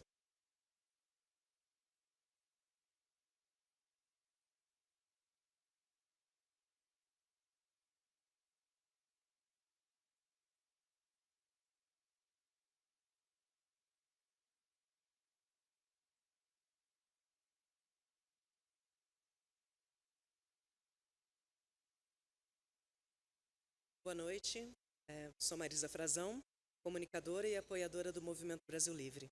É lindo ver essa casa cheia nesse horário. Bom, desculpa, não cumprimentei a mesa, aos ótimos vereadores que ainda estão aqui prestigiando nesse horário. A pena não estar lotada também com mais vereadores, isso é lastimável. Eu ia falar de cultura também, já duas pessoas já falaram, eu reforço. E friso o quanto é importante e quanto é grande a expectativa dessa cidade, que tem um teatro como o Politeama, casa recém-inaugurada, reinaugurada, a do Centro Rocha, me fugiu o nome, Glória Rocha, Centro das Artes. E sobre orçamento e sobre o próximo ano, eu sei que o próximo ano vai estar comprometido, né? Mudança de mandato. O que eu peço, até independente dos valores, que com certeza muitos profissionais sérios se debruçaram para definir quanto cada setor vai gastar, é o que se faz com esses valores. Eu ia pedir uma atenção especial ao pessoal que se reelegeu, parabéns aos reeleitos, e ao pessoal que vai entrar, que eu acredito que a maioria, se não estiver aqui presente, está acompanhando pelas redes sociais, a dar uma atenção mais especial para os esportes e a cultura. Eu acho que é a forma, é o meio que a gente melhor previne tantos danos com delinquência juvenil, com drogas, e como é importante prevenir e cuidar das crianças de todos os bairros. Maior atenção também para os bairros periféricos, para as zonas rurais. Isso envolve também rever e recalcular as linhas de ônibus. Há muita reclamação dos bairros mais distantes quanto à quantidade e aos horários dos ônibus. E parece que entre mandato e sem mandato isso continua a mesma coisa. O pessoal que mora mais nas periferias sofre muito na locomoção. E o que mais? Vai ser inaugurado agora uma quadra no Parque do Cerrado, lá no Vetor Oeste. Eu sei que ainda não entregaram tabelas de basquete, nem estrutura para vôlei, não é coberta e parece que também está atrasada a entrega de banheiros e bebedouros. Então, quando a gente aprova um projeto e pretende inaugurar, entregar, por favor, que seja completo. E esporte não é só futebol. Se você quiser mesmo incentivar e motivar, juntar a criançada de zonas periféricas com esporte, não é só futebol. Futebol você tem que montar equipe, 2 equipes pelo menos. Uma tabela de basquete, muita gente não é apegada a esporte como basquete, mas pai e filho, qualquer um brinca de ficar arremessando. Vôlei, 4 pessoas, 2 de cada lado, já brinca um pouco de vôlei, já reúne as famílias numa área de lazer e esporte, promovendo saúde. Não tem contraindicação, esporte e cultura. Eu acho que deveria ser um grande investimento que vai ter impacto depois em educação, em saúde, em todo o resto, tá bom? Boa noite, obrigada pela atenção.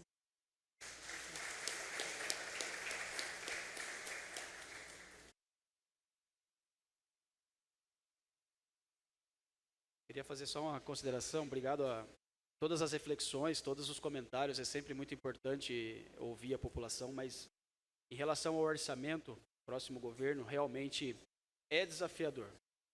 A gente lida com um aumento grande de despesa, né? Não somente despesas que o próprio município contrai, mas sim despesas que aparecem. O Bosco explicou ali, eu queria reiterar aqui nessa questão dos gastos de saúde em todas as fontes. Um dado muito interessante aqui, porém preocupante, da receita própria, 72% dos investimentos em saúde são do município, e somente 27,6%, vereador Márcio, vem de repasse, onde essa pirâmide deveria ser invertida. A gente deveria gastar 26 aqui e receber 70 de repasse, mas não. Quase a totalidade da saúde é mantida pelo recurso municipal. E como é que a gente faz para aumentar receita? O município só tem lá, o Bosco mostrou, IPTU, ou mexer na alíquota do ISS. Daí você aumenta o imposto para o empresário, mexendo na alíquota. Isso pode ocasionar saída de empresários da cidade se você mexer nessa alíquota. Então é muito desafiador. Tem aí questão de aumento de passagem de ônibus para tentar reduzir o subsídio. Então são desafios a serem enfrentados.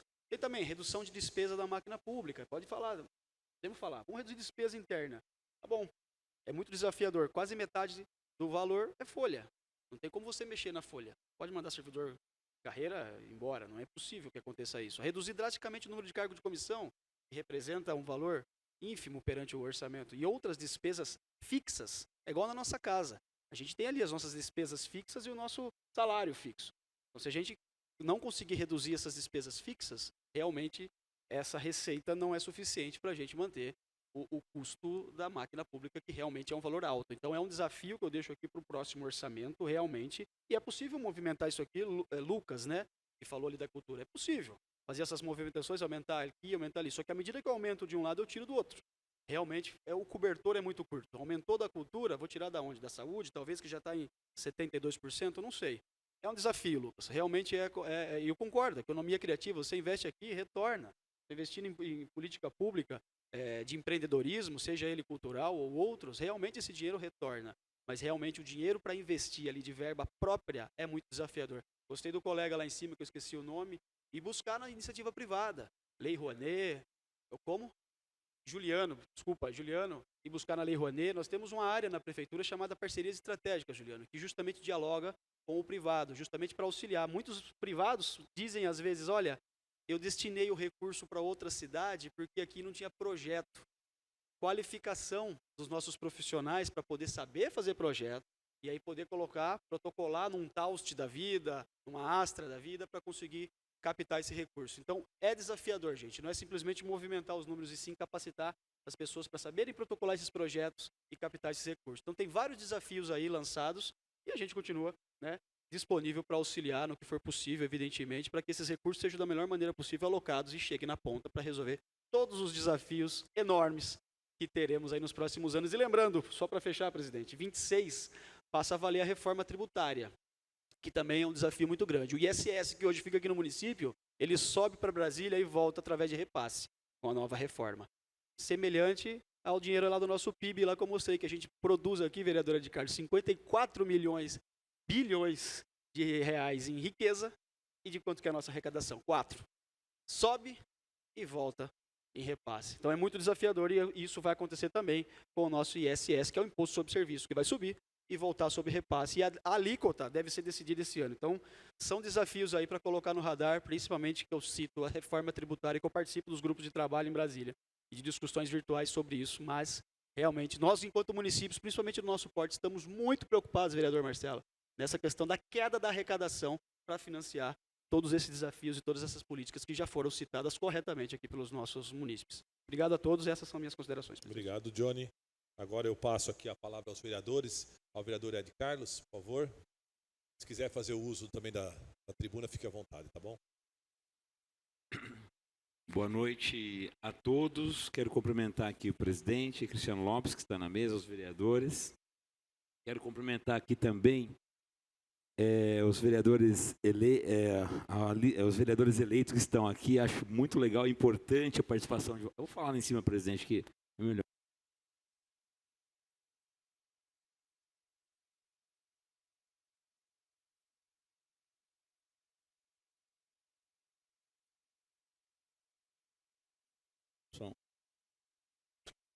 Testando. Quero cumprimentar os vereadores eleitos aqui. O Thiago Leão está aqui. Muito importante a sua vinda. Mandei mensagem para estar aqui, porque é isso que a gente vai enfrentar o ano que vem. Aí é importante estar discutindo aqui, acompanhando isso, né? A Carla Basílio está ali em cima. Quem mais aqui? O Leandro Basson está aqui no cantinho lá em cima também. O Henrique Parra está aqui em cima também, e a Mariana Janeiro, que está ali. Então, eu acho que sejam parabéns pela votação de vocês, sucesso, e essa casa estará sempre de portas abertas. Meu gabinete está de porta aberta, os vereadores aqui também, para poder recebê-los aí e discutir o orçamento, que é importante para a gente. E o Gustavo Lossi, que é suplente vereador do meu partido. Pois bem, sobre o orçamento, quero aproveitar também aqui, ontem não estava na sessão, quero parabenizar o Gustavo Martinelli, meu candidato a prefeito, foi eleito com 125.712 votos, não estava na sessão ontem, mas quero parabenizá-lo, porque saiu na imprensa que ninguém falou nada, mas cabe a mim, minha obrigação como vereador, falar do candidato eleito do meu partido, Gustavo Martinelli, do União Brasil. Sobre a questão da dívida consolidada, Jones, tem algumas coisas que importam muito a gente, porque assim, nós temos várias questões que complicam muito a nossa vida com o município da cidade. Por exemplo, a questão da vaga em creche, né? Sobre a questão da vaga em creche, que é muita demanda judicial e tal, e isso acaba trazendo um grande problema para a gente, porque nós, vereadores, enfrentamos essa questão diariamente. O pai e a mãe procuram a gente e isso dificulta muito para nós. Também, entre outras coisas, na questão da saúde e em várias outras situações aí. E o que preocupa? Essa dívida, ela é grande. É uma dívida que está sendo calculado aí e a gente precisa saber a dívida real. Tanto a dívida, vocês passaram para nós aqui um panorama. As contas pagas, por exemplo, me falaram hoje que a FIP não foi pago a FIP, que vai ficar para o ano que vem. Eu não sei se isso procede ou não. Enfim, tem uma discussão em relação a isso. Não, os exames. Também me falaram a questão dos servidores públicos, dos funcionários de São Vicente. Então, sempre há informação de que não vai ter recurso para pagar. O que eu pergunto a vocês? Aonde será cortado? Qual é a previsão de cortes? Porque vai ter que cortar em algum lugar. Não tem dinheiro para pagar toda a conta, certo? Qual que é a previsão e aonde será cortado esses recursos para o ano que vem, que está nessa previsão orçamentária, que vai impactar na vida do cidadão jundiaense? É só isso. Muito obrigado.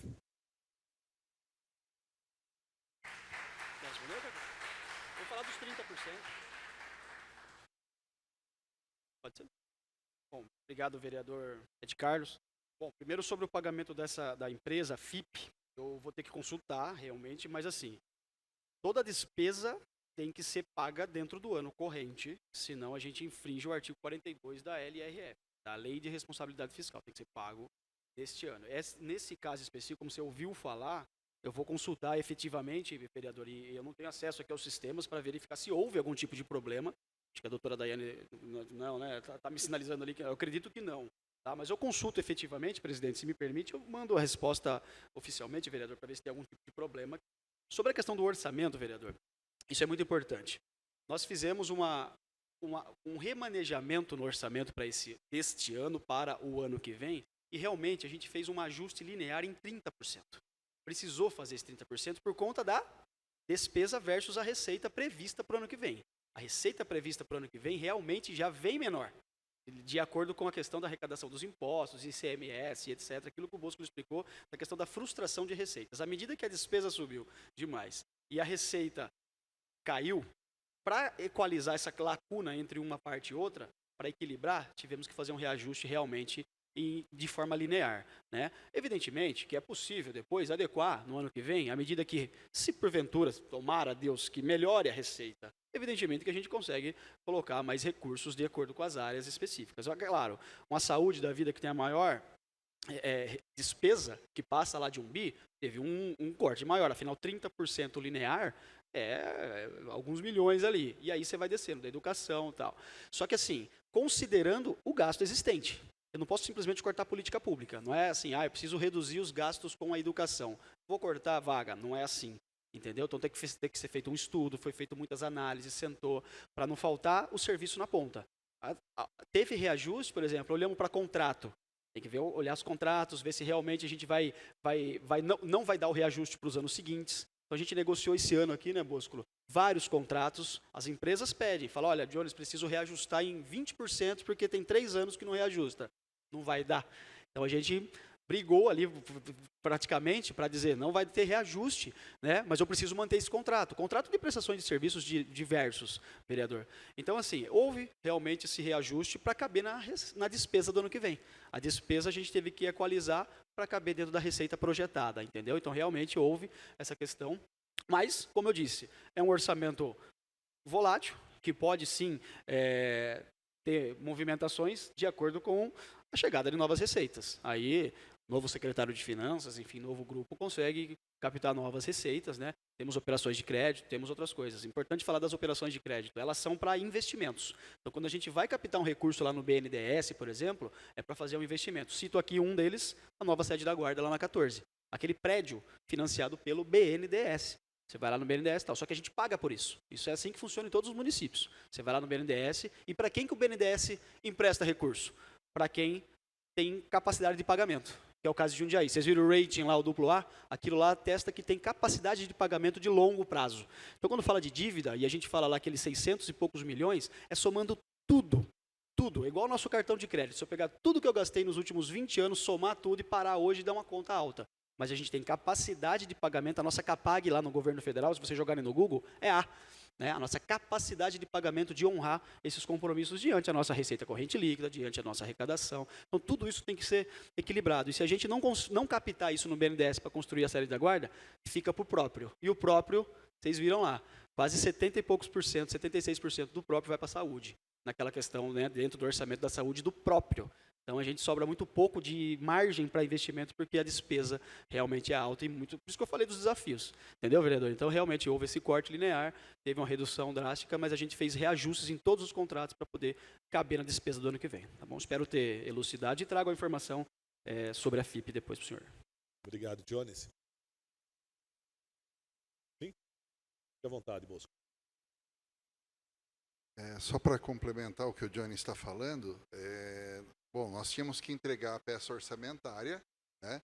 E nós estávamos em plena campanha eleitoral, né?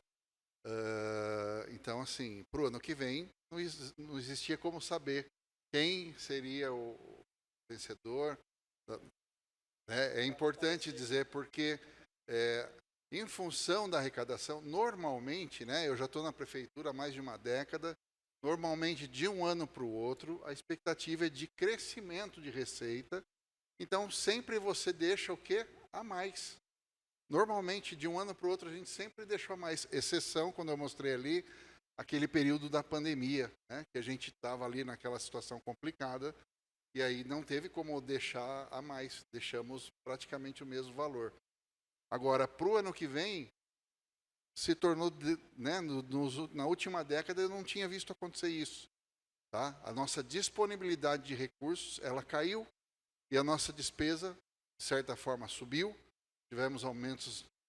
A própria questão da pandemia, né, trouxe reflexos grandes na saúde, que até hoje nós temos.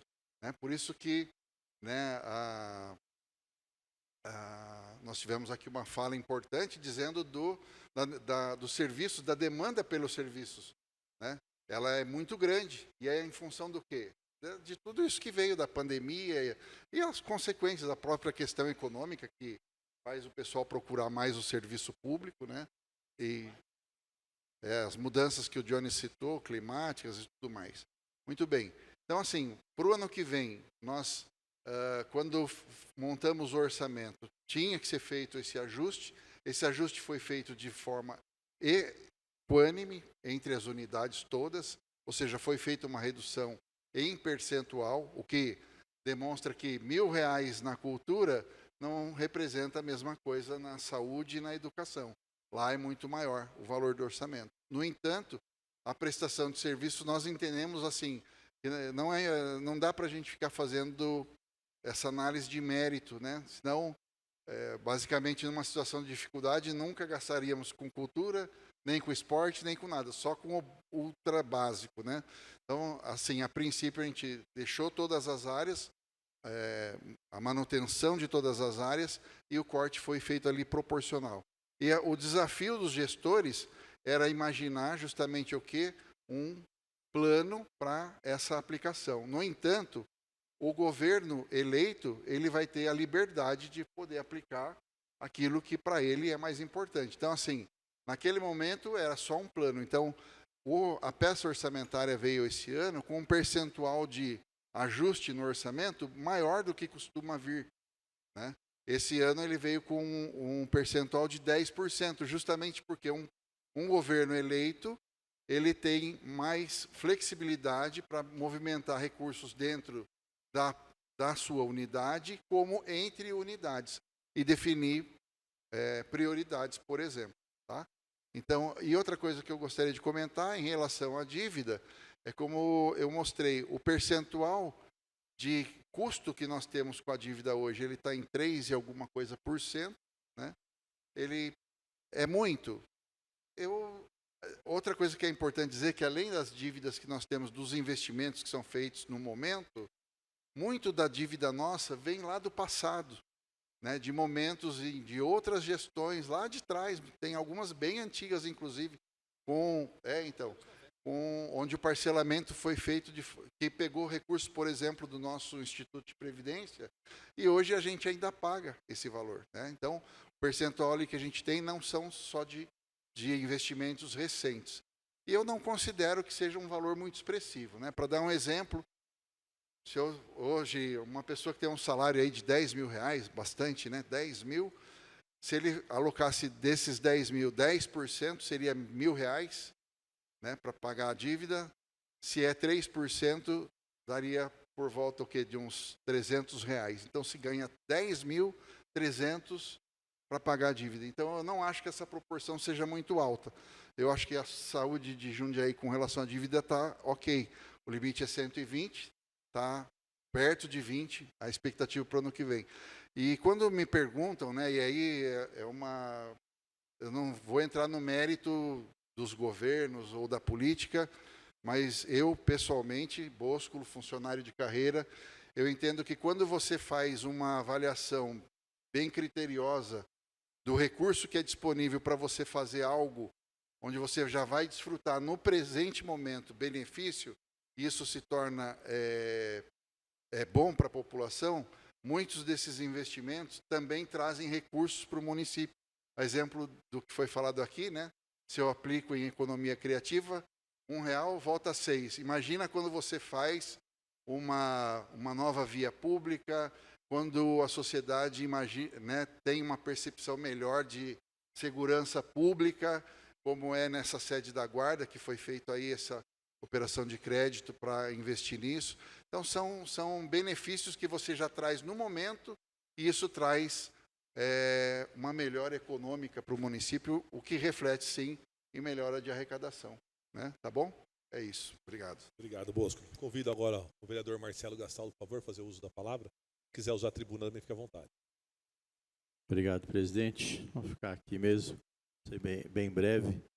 Cumprimentar o gestor, o Jones, Módulo, nosso presidente, vereador Ed Carlos e mais presentes, gestores presentes. E mais uma vez a gente vê que o nosso orçamento, mais de 50%, ele fica aí destinado à educação e saúde, no quais 25% da educação somos obrigados por lei a fazer investimentos. Na saúde, chegaremos a quase 25% também, lembrando que obrigado por lei seria 15%. E mais uma vez, como foi dito, né, aquela pirâmide de investimento via SUS, o município acaba aí arcando com 70% daquilo que se investe na saúde do nosso município e que todos os municípios do entorno se utilizam. Mas eu queria falar da importância desse momento aqui, da elaboração e da aprovação do orçamento, sem a qual o prefeito, que assumirá a partir de janeiro, não poderia nem fazer as suas ações de governo. Temos 3 importantes leis que são aprovadas aqui, presidente, e que passa pelo legislativo, que é o PPA, que é o Plano Plurianual. O prefeito que assume a prefeitura, ele faz uma perspectiva dos 4 anos que estará à frente do governo, e dentro dele tem o plano de metas. Inclusive, ele precisa inserir nesse PPA o plano de governo dele junto ao PPA. Então, o plano de metas, que é o governo, que inclusive foi anunciado durante a campanha, ele precisa inserir nesse PPA para que ele faça as ações durante os 4 anos. A LDO, que aprovamos no primeiro semestre desse ano, que é justamente o balizamento, né, a lei de diretrizes orçamentárias, e naquele momento foi dito aqui a questão da frustração que teríamos na questão da arrecadação dentro do município. E aí entra uma gestão preocupada, responsável naquilo que se prevê para o futuro, naquilo que se gasta mediante aquilo que se recebe. E a gente vê que esses últimos anos houve sim essa preocupação e essa responsabilidade com aquilo que se deve ser feito, com aquilo que se arrecada. E nós vemos que, mais uma vez, vamos ter aí uma frustração. Foi dito aqui a questão da lei fiscal, que sem dúvida alguma vai trazer prejuízo enorme aos municípios, principalmente aqueles como Jundiaí, né, que tem uma arrecadação imensa. Hoje, se falar de 4,3 bilhões, é uma cifra significativa. Mas quando você vai lá e vê que parte desses recursos, quando você fala de investimentos, nós vamos ter em torno de 5% a 6% para poder fazer investimento, é algo preocupante. Então, um desafio muito grande do próximo prefeito em administrar a nossa cidade com responsabilidade. E vejo que a peça apresentada hoje é muito pé no chão, diante daquilo que sim é previsto e aquilo que realmente foi construído, inclusive com essa Câmara, essa peça, diante de todas aquelas necessidades que a população, por isso a importância no decorrer do ano, essa discussão, as audiências públicas, para a população vir aqui apresentar.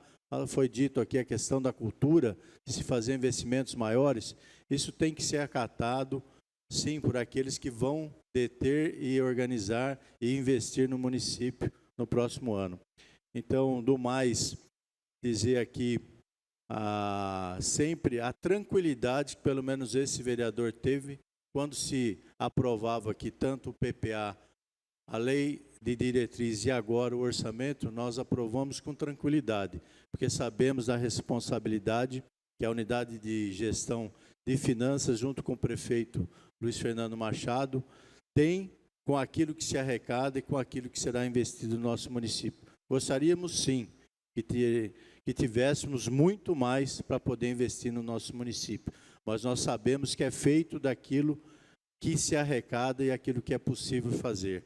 Uma preocupação grande, teremos 4 grandes equipamentos municipais da saúde, que são os 4 UPAs, os pronto atendimentos, que a gente sabe que o custeio disso, que é o mais caro do que fazer a obra.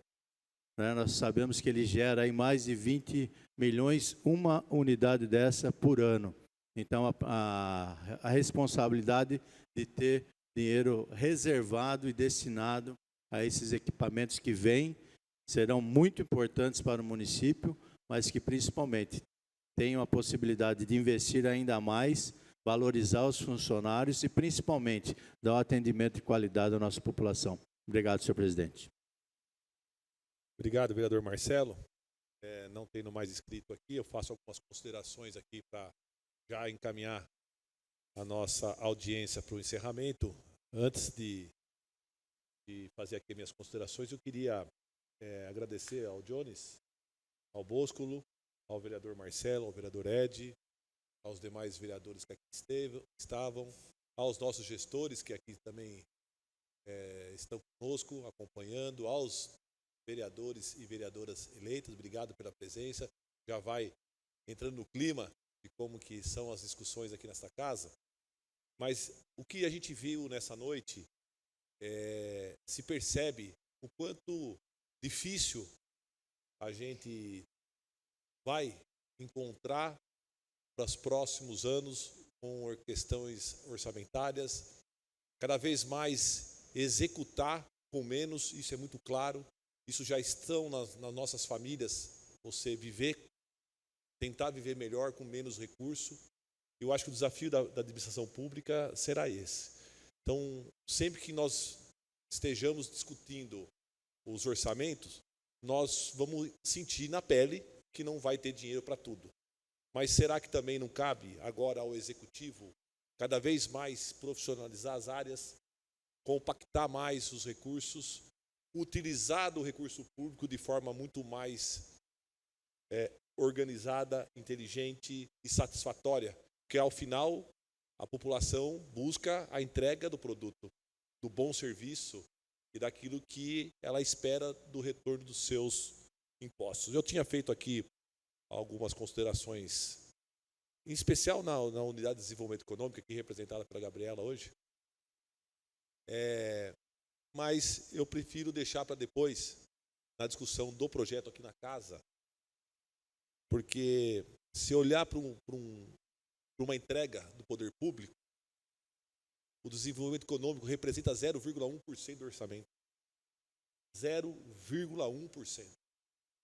E se nós olharmos para a fala do Lucas, por exemplo, que desenvolve a questão da economia criativa, quantas coisas boas foram feitas ao longo desses anos, que a gente conseguiu promover para as pessoas prosperarem com o seu próprio negócio, para que ela dependa cada vez menos do serviço público. Está aí, eu acho que o desafio. Enquanto o poder público for um facilitador, ele vai gerar negócios na cidade, que vai prosperar em pessoas, e as pessoas vão crescer com os seus negócios, ou prestando serviço, ou até sendo empregada por uma boa empresa. Lembrando que nossa cidade é reconhecida nacionalmente e mundialmente, porque nós temos mais de 170 multinacionais, um parque industrial de mais de 1.500 indústrias, um crescimento grande, com pessoas morando aqui, querendo qualidade, e a cidade traz essa qualidade ainda. Agora, cabe aos gestores, e aqui boa parte eu sei que conheço pessoalmente e sei da competência, da responsabilidade, fazer o gerenciamento desse recurso e promover coisas melhores. E esta Casa Legislativa, muitas vezes, ela é cobrada de algumas coisas que não cabe a ela fazer, mas cabe a ela ser a facilitadora dos acessos. Como eu vi a Thaisa falando aqui, que faz parte de diversas comissões.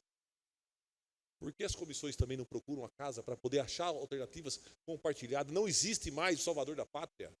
Não existe, é claro isso. Ninguém vai chegar aqui prometendo algo que não vai ser cumprido, porque daqui a 4 anos vai ser cobrado disso. E não vai conseguir fazer entrega.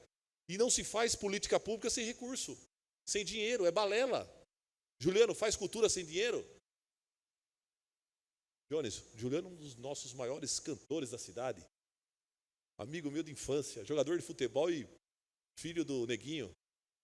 Então, as políticas públicas, elas só vão ser realizadas quando existe recurso.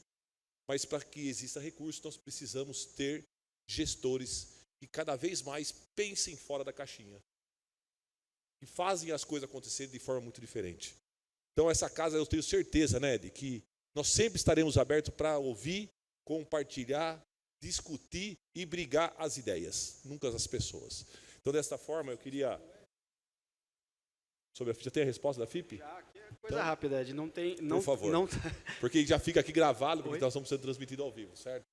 Não, tá tudo em ordem quanto à FIP e o São Vicente, tá tudo pago certinho e não está sendo passado para o ano seguinte em relação a isso, tá tudo, não tem nenhum fornecedor hoje, a prefeitura não está devendo para nenhum fornecedor hoje na prefeitura, seja a FIP, seja convênio com o São Vicente, que na verdade o São Vicente é um convênio, né?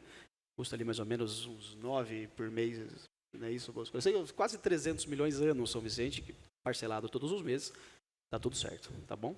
Pelo menos esses dois aí. Se precisar de mais alguma informação, eu consulto aqui. Obrigado. Muito obrigado, Jones. Então, dessa forma, gente, eu queria mais uma vez agradecer a todos os gestores, diretores, servidores públicos dessa casa, em nome do Gabriel aqui, cumprimentar todos que estão aqui trabalhando na transmissão, né, Patrícia?